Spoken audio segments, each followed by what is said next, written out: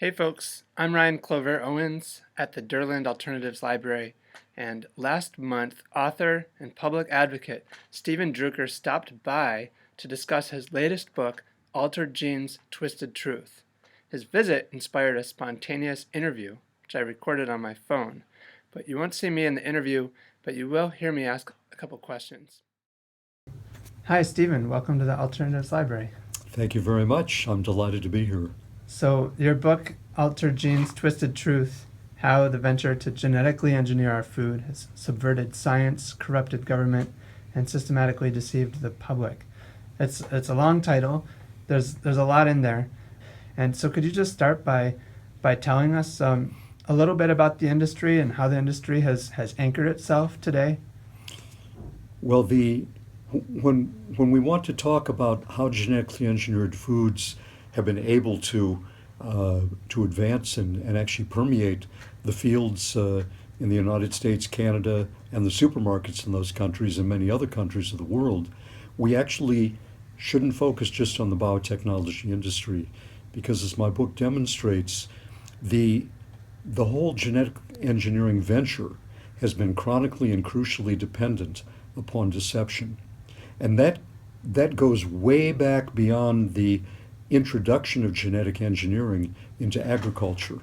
So when genetic engineering was limited merely to microorganisms, years before the biotechnicians were able to successfully apply the technology to transform even the simplest plant, they had to resort to misinformation in order to avoid government regulation, in order to keep independent scrutiny of what they were doing at a minimum, and to convince the public that what they were doing was safe, and so they could continue doing it. And in fact, even before there was a biotechnology industry, eminent scientists and scientific institutions had been putting out false statements about genetic engineering, about science, biology itself, about research that had been done.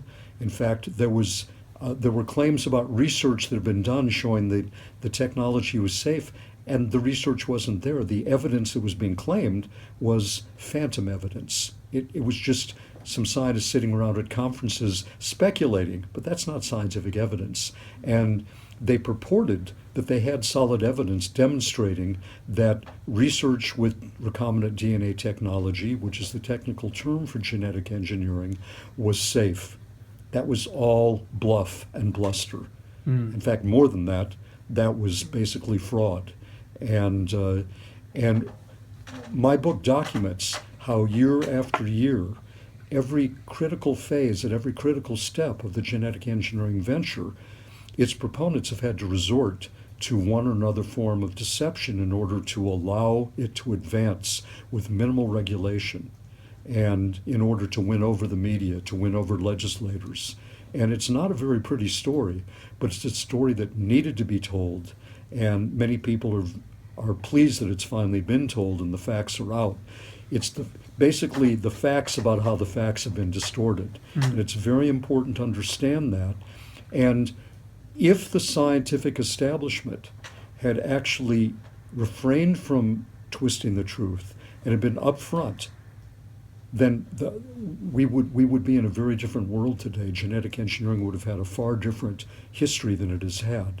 And the Monsantos of the world and the government regulators that have also been involved in deceitful activity wouldn't have been able to get away with what they did if the groundwork hadn't been laid by eminent scientists and scientific institutions. So that's very important to understand, so that hopefully the world will never allow the same kind of problem to develop, where scientists are given free rein, almost free rein, to develop a new untested technology, and they're taken at their word, even when their word is unfortunately duplicitous.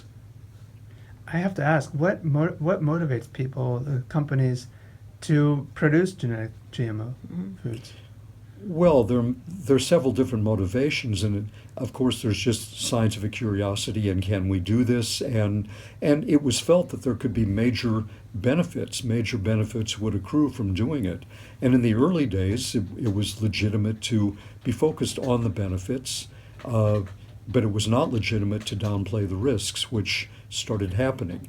Um, but especially in the medical field, it was felt initially that there could be major breakthroughs in understanding, certain important biological activities, in being able to develop new medicines that would be more efficacious in fighting disease. And of course, then there was the dream of being able to reconfigure organisms, including human beings, so that they were more genetically perfect. And of course, that's an area that is very controversial, eugenics, trying to create perfect humans through genetic engineering.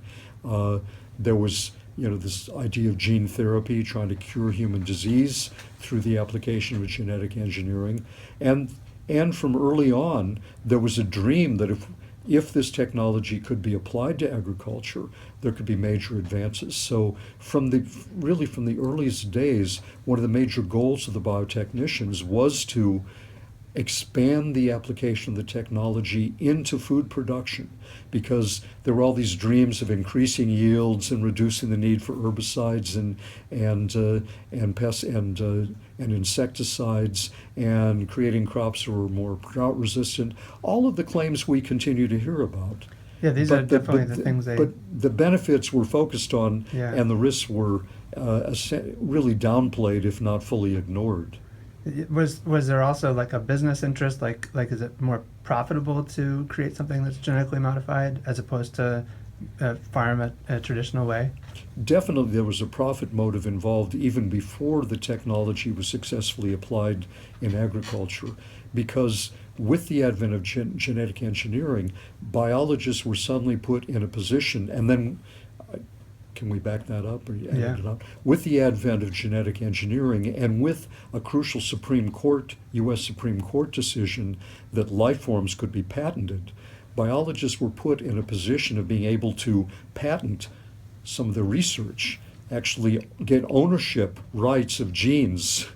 And this, of course, created a tremendous conflict of interest for many scientists. So many biologists became not just ivory tower researchers, focused just on advancing scientific knowledge for the sake of knowledge, but then they became entrepreneurs. Many biologists were able to found biotech industries, biotech corporations, or get equity interest in them, or become consultants to biotech companies and get big fees. So there has been a significant level of conflict of interest. Now, not every scientist who has been promoting biotechnology has these financial conflicts of interest. So it would be wrong to say all the scientists that are promoting it do have a conflict of interest. We do know that many scientists, independent scientists would say far too many scientists have conflict of interest when it comes to biotechnology. But besides the economic conflict of interest, there is a large measure, I think, of arrogance too, that we can do this, we're scientists, we have the knowledge, and we not only have the right to do this, but a duty to do this. And you can see that many scientists talk about an obligation they have to pursue this. And as this is developed, and my book discusses this, it appears that an ends justifies the means psychology is developed. What we're trying to do is so good, and it's so scientific, and we have the knowledge, and the people that are objecting to this just don't get it. They don't have the knowledge, and in fact, that's been another problem. Most of the objections to genetic engineering have been cast as from the side of ignorant public that are not scientists, and there have always been a sizable number of well-credentialed experts that have had concerns, and that's been downplayed, and they've been ignored or attacked. And again, that's arrogance, not to pay attention to experts who are pointing out evidence that has gone contrary to the propaganda. And that's been a very big problem. Tremendous dose of arrogance. So I think if we say the two main driving forces have been arrogance and avarice, that pretty much covers it. And we know that's not a marriage made in heaven. And science is also, at least the scientists I know, they talk about the sort of the curiosity, the pursuit of truth, like research and but what happens to science when these different motivations come into play? When all of these yeah. factors come into play and into play in a very big way, what happens is, as the subtitle of my book states, subversion of science. Right. And that's why actually it was the first of the triad really of problems in the subtitle, because I feel the subversion of science is the most critical and troublesome downside of the whole genetic engineering venture, because the subversion of science has really allowed everything else to happen. If Right. scientists had have stayed true to science and had spoken the truth and stayed true to the evidence, then the other problems that genetic engineering has created wouldn't have been able to happen. And if from the beginning the scientists had actually spoken as scientists and behaved as scientists and enabled the free flow of information to flow that is supposed the lifeblood of science, we would be in a far different world. This book wouldn't have had to be written. Hmm. Yeah, and so the deeper issue is it's not even just about GMOs. It's about what's happening in Right. the scientific community. As And one of these yeah. scientists who has endorsed my book, Dr. Philip Riegel, an emeritus professor at the University of Minnesota, who was one of the scientists who spoke out about the risks early and was really dedicated over a decade of his life to trying to bring the genetic engineering venture into line with solid science in concert with several other experts. As he has stated in his endorsement of my book, that my book demonstrates that what is at stake is not just the future of the food supply and the safety of our food supply and the future of agriculture. What's at stake is the future of science itself. And it should be, and another scientist has stated my book should serve as a clarion call to everybody, scientists included, because the future of science is really threatened right now.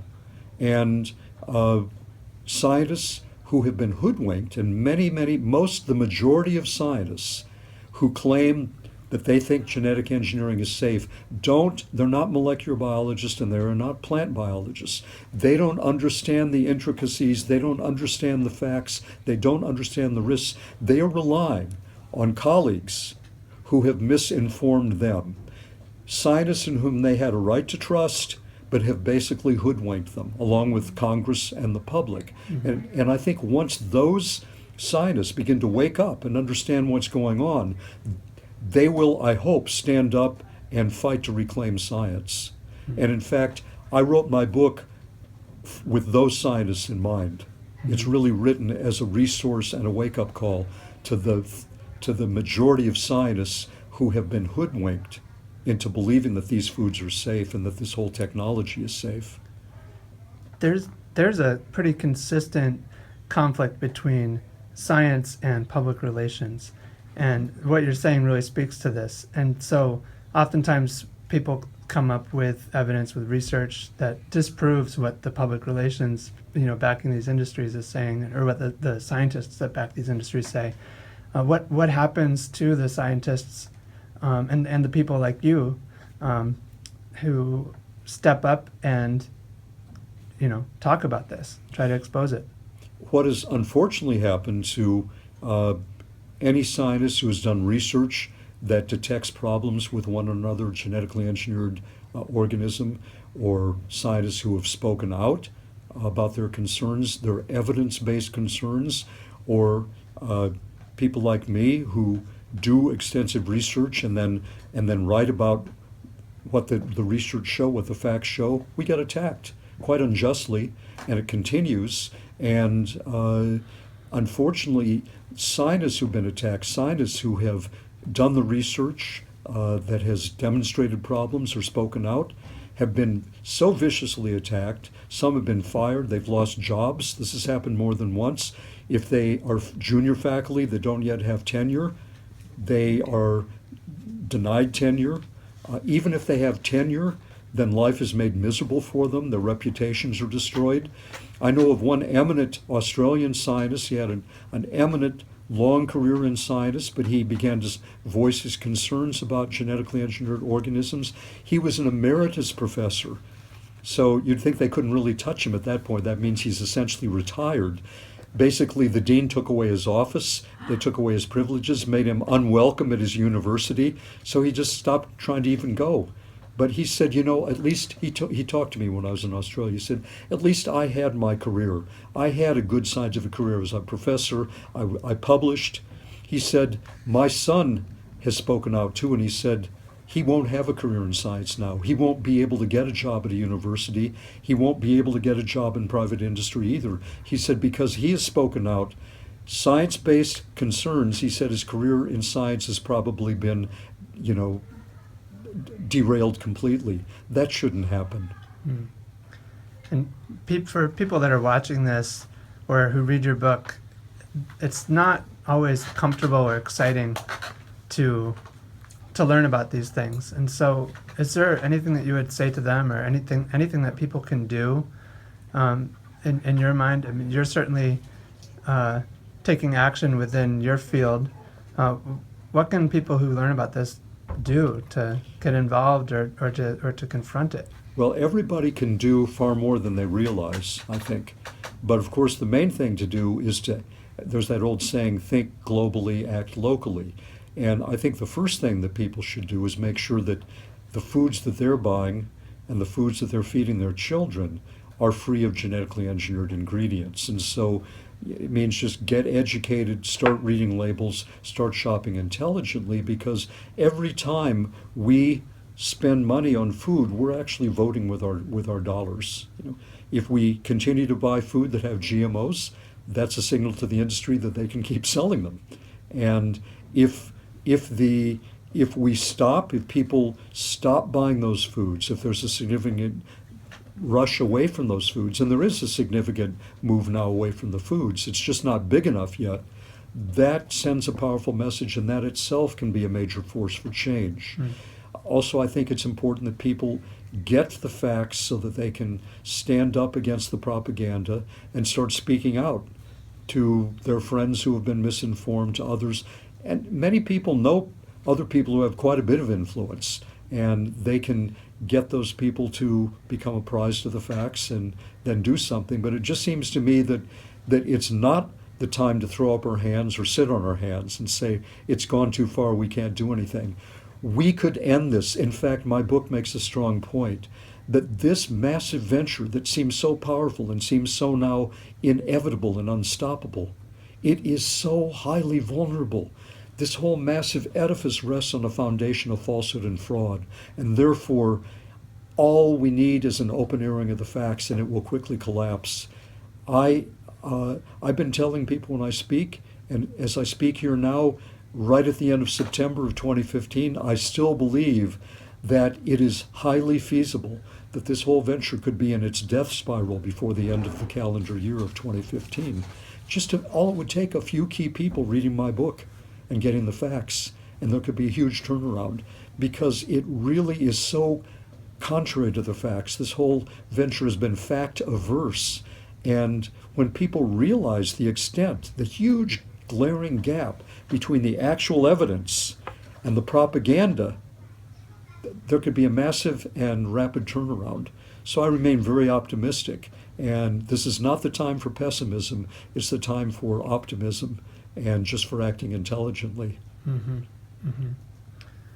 Thank you so much, Steven Druker, for coming here to the Alternatives Library and sharing your book and talking about it today. Thank you. It's been a pleasure talking with you. Thanks for the opportunity. Absolutely. That was Steven Druker, author of Altered Genes, Twisted Truth. If you'd like to check out Steven's book, visit alternativeslibrary.org and find information about how you can come up here, get an account, and sign out materials. The Durland Alternatives Library is a project of the Center for Transformative Action at centerfortransformativeaction.org. Thanks for watching.